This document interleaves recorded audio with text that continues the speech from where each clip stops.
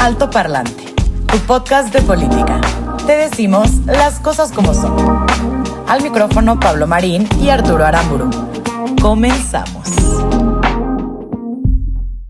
Amigos, amigas, bienvenidos a un episodio más de Alto Parlante, tu podcast favorito de política. Hoy, jueves 25 de junio, no cualquier 25 de junio, no cualquier jueves. Ahorita te vamos a platicar por qué. Te acompañamos Arturo Aramburu y Pablo Marín hasta tus hogares. ¿Cómo estás, Pablo? Un gusto estar ya ahora sin pandemia, ¿no? Pues no. Tengo entendido. 20... ¿O qué? Wey, ojalá eso se decía hubiera López cumplido. Gatell al principio. El final de la pandemia era hoy.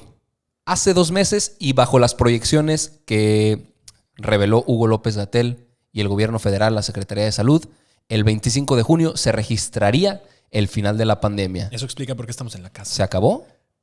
Claro que no. Errores pueden haber sido muchos, no solo de la Secretaría de Salud, sino también de la ciudadanía en general. La realidad es que hoy el problema sigue muy latente y quizá peor que como estaba en aquel momento cuando se dijo esto. Yo me pregunto, ¿dónde está el secretario de Salud, güey?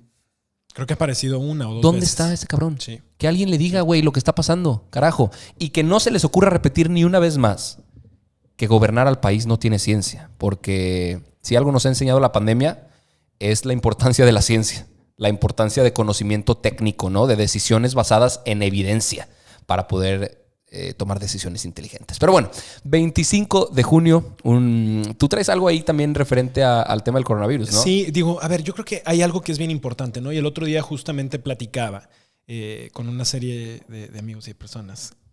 Yo creo que hay algo que es importante tener bien claro. Parece que todas tus pláticas con amigos son bien ñoñas, güey. Sí, soy un tetazo, Siempre la verdad. Pero mira, la verdad es que creo que es importante tener claro que los muertos del coronavirus son muertos también de los gobernantes, tanto de AMLO como de los gobernadores y de los alcaldes.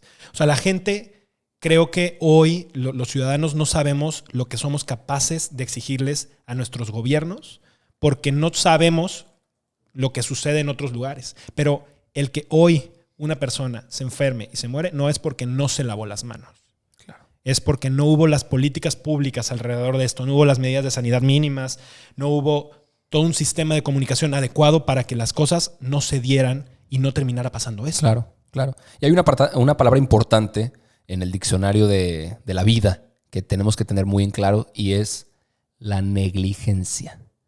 La falta de cuidado y de diligencia de una persona para no cumplir sus obligaciones. Exactamente. Gobernantes negligentes, incompetentes, ignorantes y cínicos. Tengamos mucho cuidado. El coronavirus mata. Y mata por falta de políticas públicas y de acciones específicas del gobierno. Sí, hay que tener cuidado. Sí, hay que protegernos entre nosotros de manera individual. Pero eso no puede ser todo lo que hay. Y hay que exigirles a las autoridades que hagan su parte. Correcto. Y ahora sí entremos a otros temas. Retomando un poco el episodio pasado. Me parece que fue el pasado en el que hablamos del Tren Maya. Sí, lo mencionamos. ¿O fue hace 2? Bien, es un tema que llevamos Escuchen tocando. Los dos. Es un tema que llevamos tocando ya en varios episodios. Que de hecho me parece que hoy cumplimos 26 episodios del 26 episodios del podcast. Wow. Wow. Y hemos hablado más de una vez del Tren Maya. Pues pasó algo importante a simple vista. Y les vamos a explicar de qué va. La Asociación Civil Indignación, Promoción y Defensa de los Derechos Humanos promovió un juicio de amparo junto con el pueblo Chol de Palenque, Salto de Agua y Ocosingo para que la fase 1 de este nuevo Tren Maya se suspenda. ¿Ok? Se suspenda la construcción de esta fase 1 que va de Palenque a Escárcega. Fueron varios los amparos. Uno contra el presidente de la República, Andrés Manuel López Obrador. Otro contra el secretario de Salud, Jorge Alcocer, desaparecido. Del ojo público. Sí. Del ojo público, no está desaparecido. Del ojo público. El director del Fonatur, que es el Fondo Nacional de Fomento al Turismo. Y lo que decían estas comunidades es, güey, mi salud se va a ver dañada de que se construya esta mega obra del gobierno federal. Su economía se Mi economía se va a ver dañada, mis recursos se van a ver dañados, etcétera. Me amparo para que no se siga construyendo, para que no se haga realidad esa obra. Ojo, no lo mencionaste, pero son comunidades indígenas. Es que eso híjole, ay, lo estabas guardando. Guárdatelo. Venga, vamos para allá. Espérate. Fue el juez segundo de Distrito de Amparo y Juicios Penales Federales de Chiapas, quien el 22 de junio pasado notificó de la suspensión definitiva. Y ustedes en casa se preguntarán, ¿esto significa que ya no va a haber Tren Maya?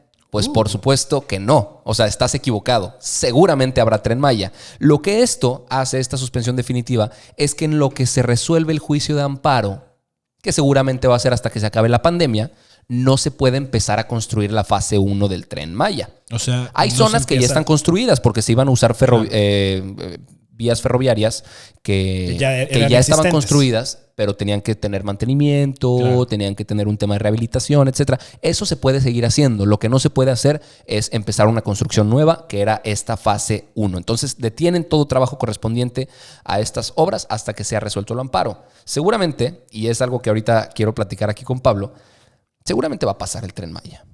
Ahora, es muy interesante ver cómo una comunidad indígena logra darle un dolor de cabeza al gobierno federal, y la pregunta es, ¿de dónde vendrá esta fuerza legal que están tomando las comunidades indígenas? Es algo que tú y yo platicábamos, güey. Sí. Y sí, plática de ñoños, me vale madre.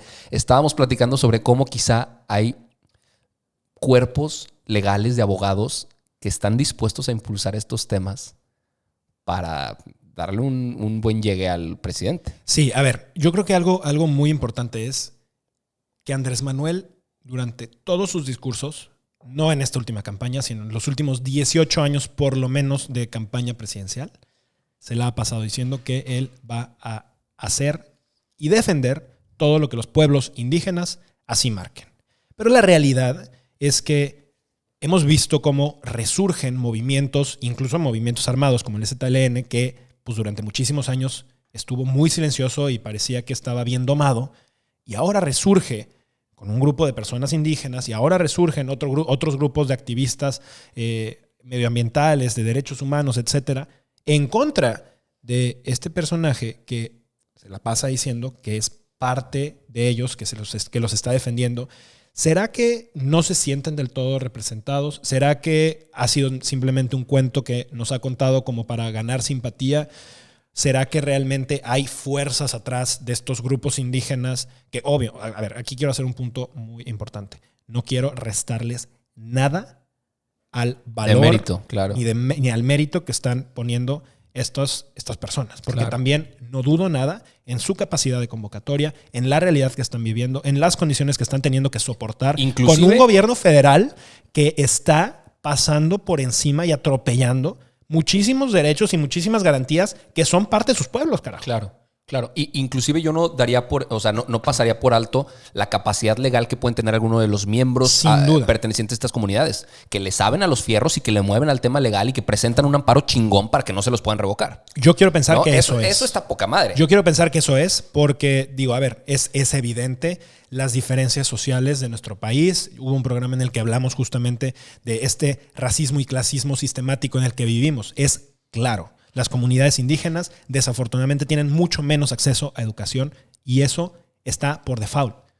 Ojalá que las personas que están impulsando esto realmente hayan podido acceder a esta educación, a estos esquemas legales y a todas estas cosas para estarlo haciendo de forma genuina. Claro. Es posible también, y aquí hay que poner todas las cartas en la mesa y eso es lo que nos gusta hacer, independientemente si es pro, anti o lo que sea del gobierno o no, de un partido o de otro. Es posible que algún otro partido esté tomando raja política de eso, esté tomando ventaja y entonces esté acomodando las fichas para darle lata al presidente. Con el proyecto o uno de los 3 proyectos emblema que se le ha pasado tratando de Pero la solicitud es legítima. Sin duda. El amparo no dudo de ello. Está bien fundado, o sea, y pésele a quien le pese, el Tren Maya va a destruir fauna, va a destruir flora, va a destruir el ecosistema, va a dañar la economía, va a dañar la salud de los miembros de las comunidades indígenas pertenecientes a la zona. Habrá otras condiciones que pueda favorecer y pensemos en lo positivo. Puede ser, y esto son hipótesis, que mejore el tema de turismo. Puede ser que si eso funciona, pueda mejorar en otros sentidos la economía. Pero yo también entiendo a una comunidad indígena que lleva cientos de años viviendo ahí, que lleva cientos de años desarrollándose, que hoy quieran venirle a cambiar sus usos y costumbres solamente por el capricho de un gobernante que pues quiere ver ahí ¿qué onda? Algo se le ocurrió un día. O sea, ahorita que mencionaste esto, presentaron las terminales, los diseños de cómo estarían las terminales de la fase 1. Güey, están bonitas, cabrón. O sea, Por más que me gustaría decir... O sea, pues está bien, qué bueno que están bien hechas. Están bien hechas y probablemente... No, yo lo menciono porque tú dijiste ahorita que el tema del turismo quizá crecería en la zona. Vaya. Tampoco es que el turismo sea bueno en todos casos, ¿eh? O sea, entiendo que ayuda a mover la economía, etcétera, pero también viene a hacer muchísimo daño a muchas cosas, contamina, etcétera. Qué buen comentario. No quiero tampoco ni divinizar el tema del turismo, pero tampoco lo quiero satanizar. Sí. Hay que hacerlo de una manera responsable. Ojalá que el turismo que surja, si en algún momento se da el Tren Maya, sea un turismo responsable, ecológico, mucho más sustentable, que realmente sea incluyente para las personas que viven ahí y no sea solamente con las grandes cadenas y con los grandes monopolios que sean los mismos y los únicos que están invirtiendo en esos lugares, ¿no? Totalmente. Veremos qué pasa con esta suspensión. Veremos qué pasa con lo que podría ser, esperemos, la suspensión definitiva de la fase 1 o no sé, después de que se resuelva el amparo, lo que pueda pasar ahí. Vamos a estar notificando. Seguramente pasará algo, quizá no tan pronto, pero en algunas semanitas. En algunas semanitas pasará algo. Ahora, noticia que hoy en la mañana causó un poco de fuego en redes sociales, pero que ya lleva varios días acumulándose. Y esto va de la mano de la novelita de las visitas presidenciales a nuestro presidente del norte, pues ahorita Donald Trump. Pero pues en la historia ha habido algunos también polémicos que democráticamente, diplomáticamente existe la tradición de que se haga una visita del presidente mexicano al presidente americano y viceversa. O sea, no es una regla escrita. Una o varias, ¿no? Digo, ha habido presidentes que han hecho varias. Sí, no es una regla escrita, pero seguramente recordarán lo que sucedió cuando Enrique Peña Nieto cometió el atrevimiento de aceptar la visita, no, de invitar al yerno de Donald Trump y se armó un escandalazo. No, y luego, o sea, invitó también a Donald Trump siendo candidato. Eso fue otro escándalo tremendo. No era presidente ni siquiera, era candidato. Muchos dicen que eso fue uno de los temas que afectó en buena medida a Hillary Clinton, quien por cierto acaba de estar en la graduación del TEC. Correcto. Y fue también ahí criticado. Yo creo que pues, está bien. Y qué bueno que lo mencionas, porque justo a eso iba. ¿En qué etapa estaría visitando Andrés Manuel a Trump? Como candidato. Otra vez, cabrón.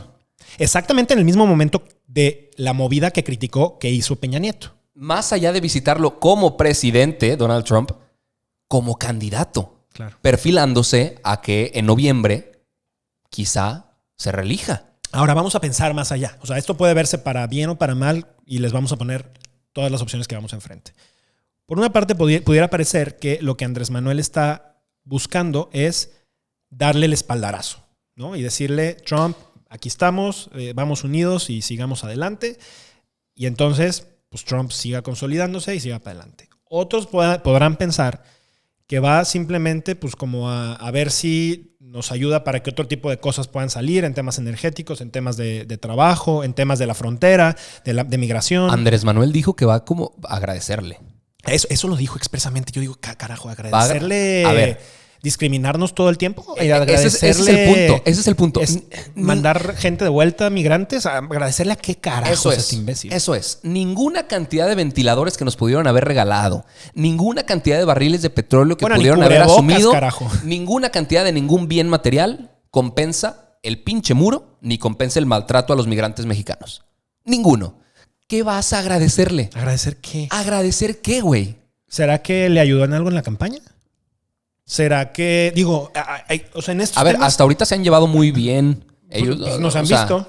Digo, pero se han visto muestras de apoyo de Donald Trump a Andrés Manuel y de Andrés Manuel a Donald Trump.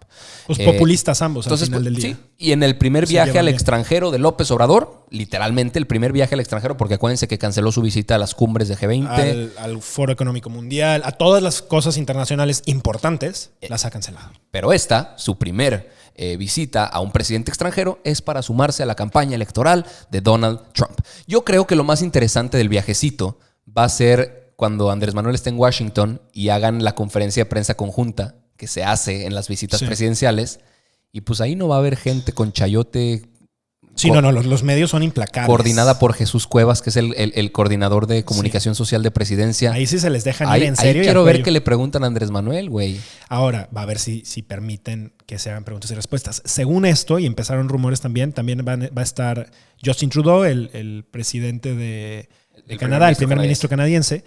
Vamos a ver si se da en ese ambiente. Entiendo que la razón por la que se está dando es por la firma del TMEC, del Tratado de Libre Comercio entre México, Estados Unidos y Canadá. Vamos a ver realmente qué es lo que sucede después de esto. Creo que va a ser un tema que va a dar los próximos días, los próximos meses. Claro, va a ser a principios de julio, ¿eh? Sí, entonces ya estamos, estamos a unos días de julio. Entonces, vamos a ver qué tal. Va a estar muy cabrón. Ahora, dentro de las noticias referentes al tema electoral de Estados Unidos, acaba de haber una encuesta que la realizó el New York Times y Biden va 14 puntos arriba que Donald Trump. El de los demócratas, el que va justamente Joe Biden. Contra Donald Trump. Fue vicepresidente con Barack Obama. De hecho, acaban de hacer un evento para recaudar fondos. Recaudaron un chingo de lana. Fue un evento virtual interesante. Y se sumó Barack Obama a la campaña de Joe Biden, etcétera. Pues va arriba. Sí. Va arriba de Trump. La única encuesta en la que Donald Trump va mejor perfilado es en las que realizan los mismos republicanos entre los republicanos. Entonces, eso lo hemos visto en México muchas veces. Es una pendejada. Pero bueno, ahora, y acabamos de ver una, de hecho. Dentro de lo que pasa con Trump, pareciera que está muy desesperado. Acaba de sugerir, dentro de otros temas, que se hicieran menos pruebas para evitar tantos casos de COVID. Creo que es exactamente lo mismo, es una medida populista, exactamente lo mismo que está haciendo México. La intención es, hago menos pruebas y entonces los números de COVID parece que son menores, pero la intención, pues lo que realmente pasa atrás de esto es que los números siguen aumentando. Obviamente, después de que dijo esta estupidez, que ojo, es lo mismo que está haciendo México, nada más que México no lo dice en declaraciones desafortunadas y no se le critica. Pero después de que dijo esto... Aquí sí se le critica. Más o menos. Pero en altoparlante. Tratamos de hacerlo. Después de que hizo eso, algunos colaboradores empezaron a decir que era una broma y que no, que lo que Donald Trump trató de decir no era cierto, que era una broma. No era ninguna broma. Creo que está muy desesperado. Después de lo que les pasó con el rally del meeting que tuvieron. Sí, de Tulsa. De Tulsa. O sea, creo que están pasando muchas cosas alrededor. Va a ser un tema muy movido. Los próximos meses creo que van a ser muy interesantes con eso y no los vamos a dejar a un lado. Me mama grabar esto, güey. De verdad, disfruto mucho grabar este programa. Y va a venir también igual para las elecciones mexicanas. Estamos a un año de que eso suceda. Ahorita vamos a entrar con un poquito más de... Y ojalá que en esta mesa, bueno, en esta mesa no, pero en la mesa del estudio altoparlante, en aquel momento, la que sea, se sienten muchos candidatos a muchos puestos electorales. Para presentarles pues todas las alternativas, correcto. Tenemos también tema del INE. Importante hablarlo, pero antes regresamos con la sección que se está volviendo ya tradición, que hemos experimentado con ella, ha estado, ha regresado, de repente se va, pero siempre la recordamos con mucho cariño y una vez más está aquí. Y nos encanta que nos insistan cuando no se las hacemos. Sí, se siente chingón que les guste. Y que la pidan. Que nos la exijan, sí, como se debe ser. Las noticias con prisa. Esto es Noticias con Prisa. En chinga. El consumo de carne vegetariana se ha incrementado en un 255%, superando el incremento de 2019 que representó un 53%. Se cree que la gente está optando por experimentar más en la cocina y probar cosas diferentes. El comisionado de seguridad de Morelos comentó que no van a dejar entrar gel antibacterial a los penales porque los internos se lo toman. No lo mezclan con refresco ni con agua, se lo toman derecho, como el tequila, comentó. Pekín realiza 3 millones de pruebas en 12 días con la intención de detener la nueva ola de contagios. Afortunadamente está contenida la ola y se mantiene bajo el número con 252 casos en total. El recinto Liceo de Barcelona reabrió sus puertas en un concierto insólito con un público bastante silencioso, casi 2.300 plantas. Se hizo con la intención de pensar en lo absurdo de la condición humana en la etapa del COVID-19. Nosotros íbamos a ir, pero nos dejaron plantados. La Torre Eiffel en París abre sus puertas a turistas tras 3 meses de permanecer cerrado por el coronavirus. En Minneapolis, Cameron Johnson y 5 amigos más empezaron a hacer brazaletes para apoyar a negocios cuyos dueños son negros y a vecindarios negros. Ellos tienen 9 años y han recaudado más de $100,000 desde que empezaron la venta de sus productos. Asia y África fueron testigos de un espectacular eclipse solar de anillo de fuego. Este fenómeno se da porque la luna pasa delante del sol sin cubrirlo totalmente y da una apariencia de anillo brillante. El anillo de fuego. El anillo de fuego. Qué buenas noticias, algunas de las que tenemos el día de hoy. El concierto de plantas me pareció muy chingón. Vamos a poner ahí las imágenes en YouTube. Hubo varios comentarios ¿no? Ay, güey. Por cierto, qué mal chiste me eché, güey. Qué feo se siente. Le echamos ganas. Sí, ahí podríamos echar un ton. Ay, pero así bueno, de patético. Antes de que se nos vaya el... Así de patético, güey. Antes de que se nos vaya el tiempo, porque nos quedan 5 minutos de programa, vámonos con esta información que traes preparada. Reportaje especial de Pablo Marín aquí el día de hoy para Altoparlante, porque es un tema importantísimo del Instituto Nacional Electoral que es muy importante entender. A ver, vamos a platicar un poquito porque resulta que el INE ya sacó un comunicado diciendo que Andrés Manuel el presidente no puede utilizar las mañaneras para fines electorales. Y es que ya en varias ocasiones se ha visto como el presidente hace comentarios referente a las elecciones y se la pasa mencionando que no va a tener ningún tipo de injerencia en las elecciones, pero que de alguna u otra manera a veces descalifica, a veces no. Esto alrededor, ¿se acuerdan ustedes? También platicamos en algún programa del tema del BOA, en donde era este frente opositor a Andrés Manuel. Bloque opositor amplio, en donde lo que planteaba era que algunos consejeros actuales del INE eran parte de este bloque. Y bueno, o sea, eso finalmente es parte de tener injerencia, ¿no? Algo que está a punto de empezar en las próximas semanas, días, es que se tiene que hacer una selección de consejeros del INE.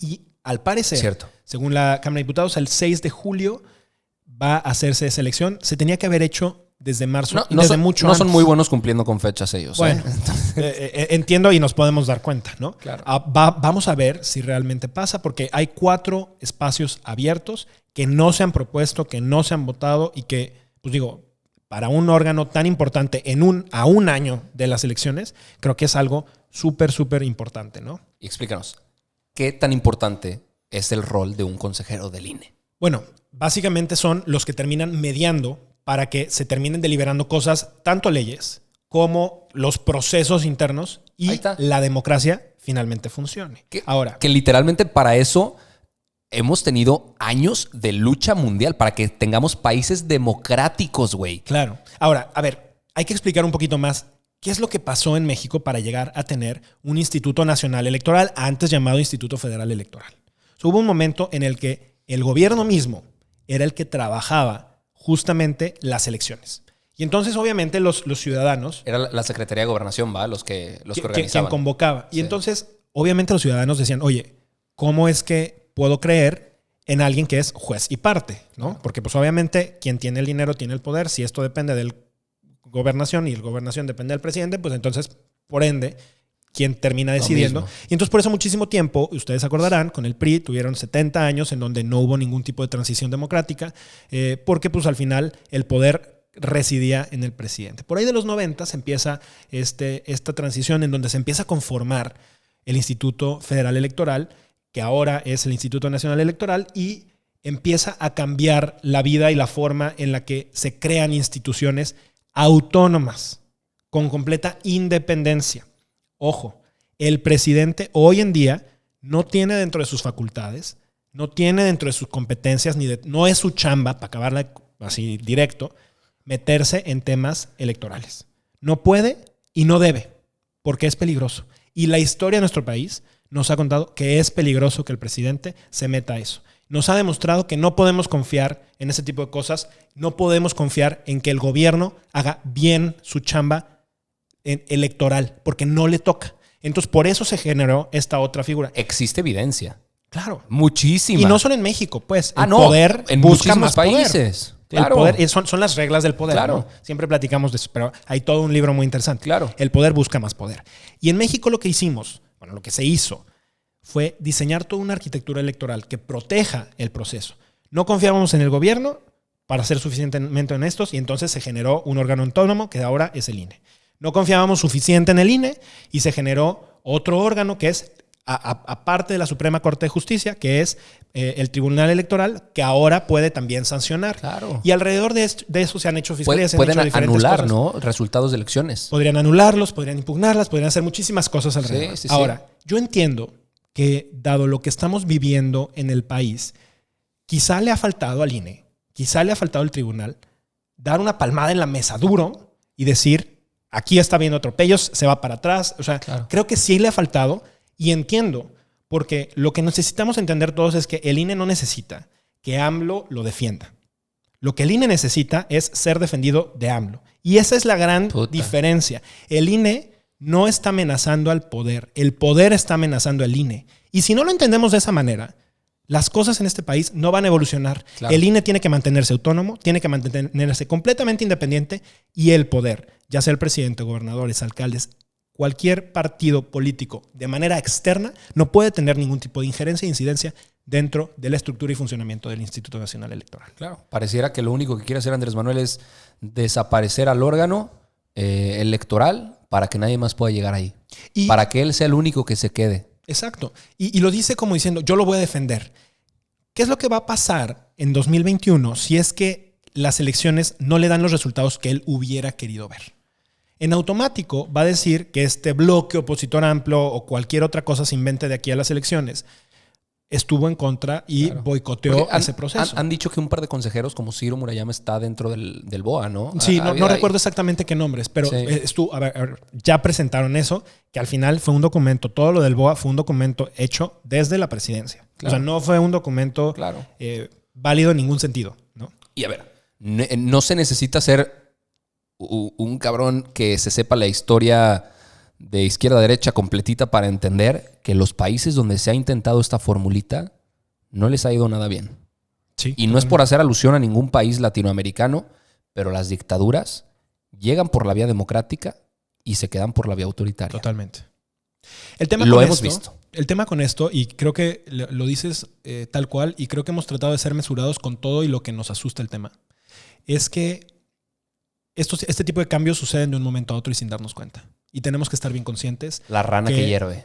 Que hay toda una serie de anécdotas alrededor de esto. No podemos ser esa rana, ¿no? No podemos justamente ser estos personajes que se quedan sentados viendo cómo las cosas se van yendo poco a poco. Correcto, carajo. Correcto. Y con eso me parece que cerramos el episodio del día de hoy.